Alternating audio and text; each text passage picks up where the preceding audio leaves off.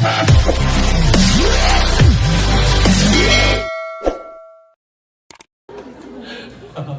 ba? Grabe. Ang dami, pero pag tinignan mo, pag kinuwento mo, nakakatawa. Pero pinagdaanan natin lahat yan. Di ba? O, tapos na tayo sa tinigding. May delayed na, ah. Diyan ako, di ba? Tapos yung mga citizen rin ako. Grabe. Ang hirap! Ang hirap! Parang duman sa butas na karayong. Di ba sa totoo lang, exam, tuwa-tuwa ako, mag-exam ka na! Sabi ni Chad, Pedro, pwede ka na rin mag-exam. Exam ako, online. Pasado, 15! Tuwa-tuwa ako, take a picture. Mukha ako kinunan ko eh. Hindi ba idea ang kukunan? Gumanong pa ako sa computer, oh. Mali! Sabi ko, mali! Bakit? Ba't mukha mo? Picture! Takot ako, bagsak ako eh. Pero nakapasa din ako. Tuwan-tuwa, maiyak-iyak ako nung I'll schedule you for OTE. Yo. Tapos, di ba, online lang. Ang dami namin, mga 400 kami doon. Nakapunta ka Amerikana ako, may plug pa ako rito eh. Tapos kakantahin yung Oh Canada. Doon lang ako sa Oh Canada, our home and native land. Nilipsing ko na lang. Hold them up high, so clean and bright. Clap them softly, 1, 2, 3. Bring little good to see. Wala ka.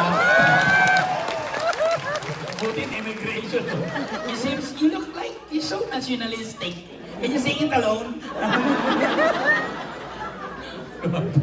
Alam mo dati, experience ko yan. Nahuli ako ng pulis, pupunta ako ng Regina. Na-pull over ako ng pulis, siguro speeding ako eh. Wow! Dito pa naman, hindi mo alam na may pulis, no? Hindi mo alam siya nang gagaling yan eh. Sabi ko, mukhang libre ah. Bigay ko nga, mga 130. Wala. 140. Wow! Tigil ko. Takot na takot lumapit. Hindi ka pa naman pwede bumaba, di ba? Tagal, talagang ang tagal. Kinaano pa ng computer yung plate number mo. Ako nakaganon lang ako eh. Yung mga napapanood ko sa TV. Kahit wala ka namang ginawa, may drugs pa rito. Meron. Paglapit, kinausap ako. Good morning, sir. Parang mga Arnold Schwarzenegger pa naman lahat dito, no? Good morning, sir. You know how fast you're going, sir? No. Ay, sabi ko, talaga ginawa ko to, sabi ko. Ay, my mom died. Oh, sorry. When? Just now. Oh man, sorry. Binabayaan ako. Sabi niyo, just take it easy, okay? Sorry to hear that. Kaya ngayon pag may kumakausap sa akin puti, kahit nag-grocery ako, hi, how are you? Ay, kakasabi mo ako. Buti hindi sinabi siya, I know your mom. Hirap. Kaya yung mga, grabe, di ba? Pati pagkuha ng lisensya rito. Sino hindi nahirapan? Magaling kayo, ha? Di ba? Tsaka yung mga pulis sa atin dito, ganun. Walang pakiusapan. Sa Pilipinas, yung mga pulis, alam mong nandun, yung mga traffic, may traffic light. Pre. Alam mo naman nandun sila.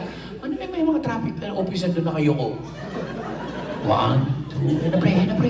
Uwi kayo, bakit tayo? 1, 2, 3.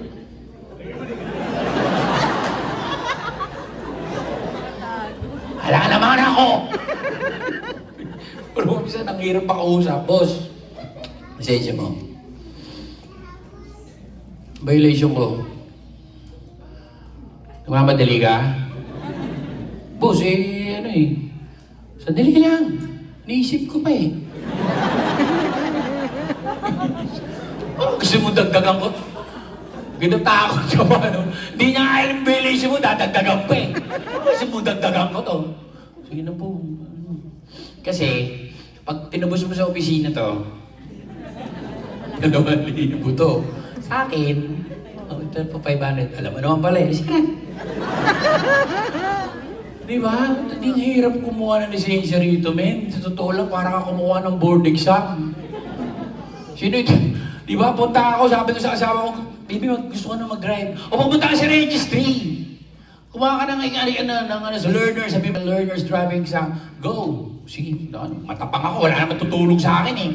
Sabi ko, I want to take learner's driver exam. Oh, take that computer there. Thank you. Po ako, 5 kami, mga puti. Mga bata, ganyan din kasabay ko ha. Chick game. Maya-maya namatay yun. Tayo ako eh. Excuse me! Yabang ko ba? Yes. I think something's wrong with the computer. Suddenly, he died. No, sir, you failed. Okay, I'll be back. Take 3 ako. Take 3 ako, gastos. Kinabisado ko. Take 3. Hindi, hirap. Samantala sa Pilipinas, no? Gusto mo maglisensya ron, malayo ka pa, di ba? Ito lang kwento ko. Nasa labas ka pa lang. Kuha ka? Hindi na ako nagdadrugs. Tanga! Lisensya! Lisensya!